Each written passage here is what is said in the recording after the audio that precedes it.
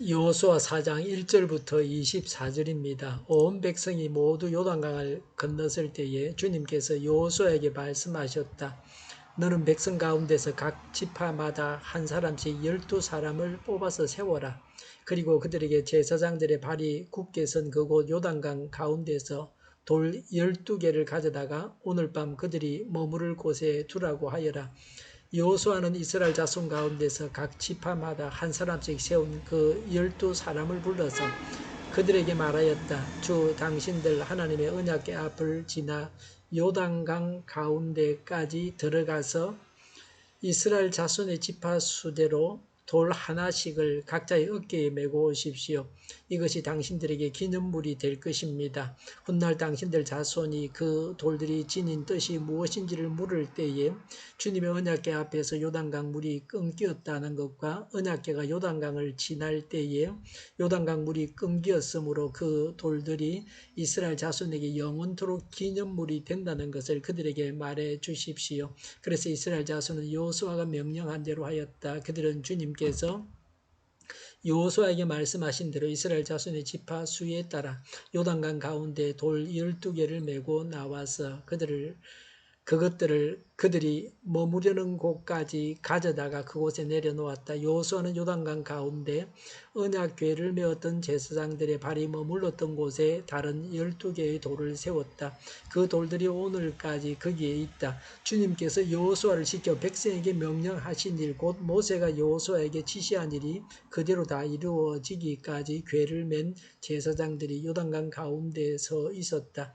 백성은 서둘러 강을 건넜다. 백성이 모두 건너기를 마치자 주님의 궤가 그 궤를 맨 제사장들이 백성이 보는 앞에서 건넜다. 르우벤 자손과 갓 자손과 므낫세의 반쪽 지파는 모세가 그들에게 지시한 대로 이스라엘 자손보다 앞서서 무장하고 건넜다.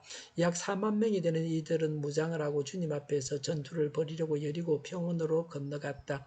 그날 주님께서 온 이스라엘 백성이 보는 앞에서 여호수아를 위대한 지도자로 세우셨으므로 그들은 모세가 살아있는 동안 모세를 두려워하였던 것처럼 여호수아를 두려워하였다. 주님께서 여호수아에게 말씀하셨다. 증거궤를 메고 있는 제사장들에게 명령하여 요단강에서 올라오게 하여라. 그래서 여호수아가 제사장들에게 요단강에서 올라오라고 명령을 내렸다. 주님의 언약궤를 맨 제사장들이 요단강 가운데서 올라와서 제사장들의 발바닥이 마른 땅을 밟는 순간 요단강 물이 다시 원래대로 흘러 전과 같이 강둑에 넘쳤다.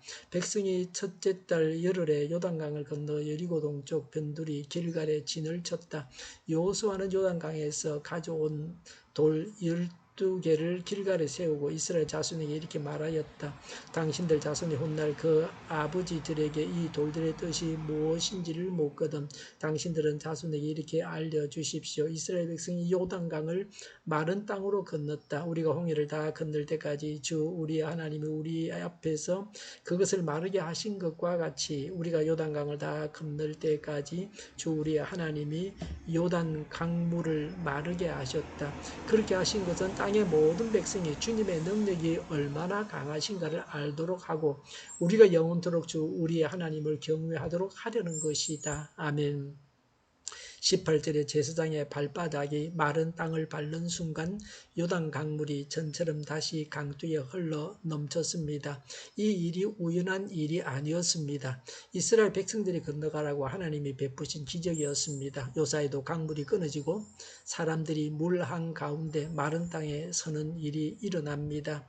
이것을 모세의 기적이라고 합니다. 이런 일들은 자연 현상 중에 하나입니다. 시간이 되면 때가 되면 이런 일이 일어납니다. 그러나 요단강이 갈라지는 일은 그런 일과는 다르고 특별한 일이었습니다.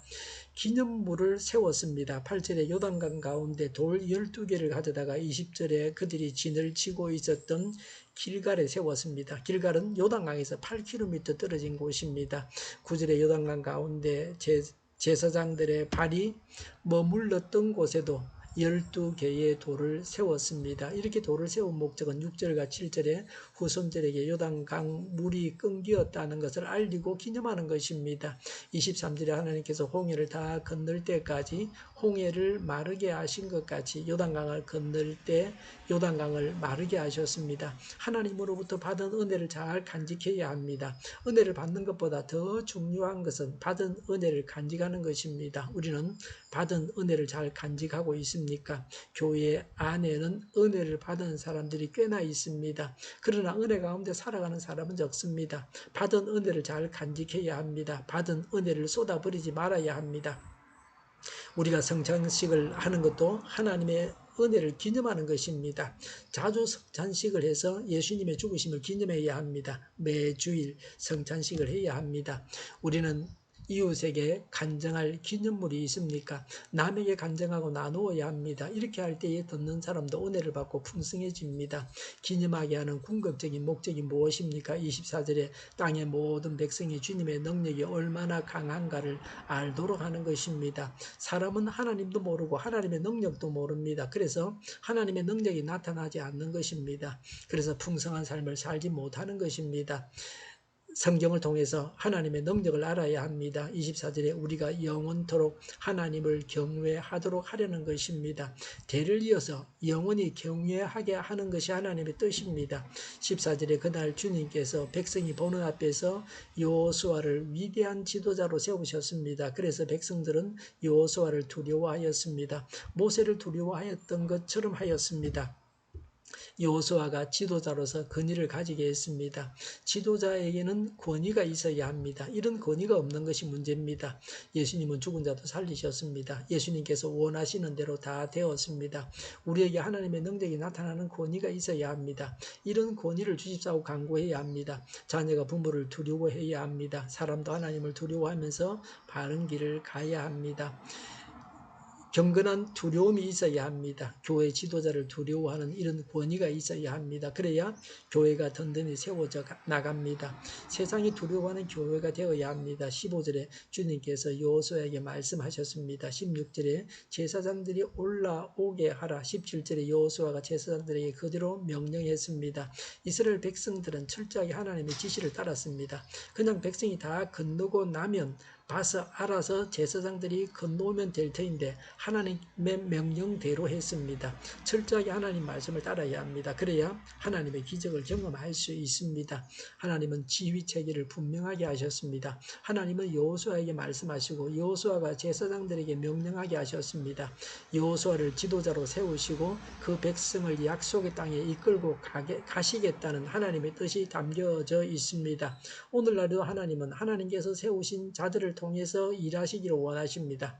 하나님께서 세우신 질서를 따라서 하나님의 일을 해야 합니다. 하나님은 직접 말씀하시지 않고 하나님께서 세우신 자를 통해서 우리에게 말씀하시고 우리가 그 지도자의 말에 순종하여 하나님께 순종하라고 하십니다. 하나님으로부터 은혜를 받고 그 받은 은혜를 대를 이어서 잘 간직해야 합니다. 그래서 하나님의 능력을 알고 하나님을 경외해야 합니다. 또 하나님께서 세우신 지도자를 두려워해야 합니다. 지도자를 따라서 신앙생활을 해야 합니다. 기도하겠습니다. 하나님으로부터 받은 은혜를 잘 간직하게 하여 주시옵소서.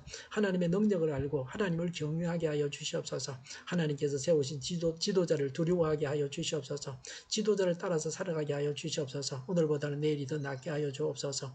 교회가 분열되지 않고 하나가 되게 하여 주시옵소서. 모든 언론이 제 역할을 다하게 하여 주시옵소서. 정의가 강물처럼 흘러가게 하여 주시옵소서. 코로나19가 물러가고 백신과 치료제가 나오고 갇힌 생활이 끝나게 하여 주시옵소서.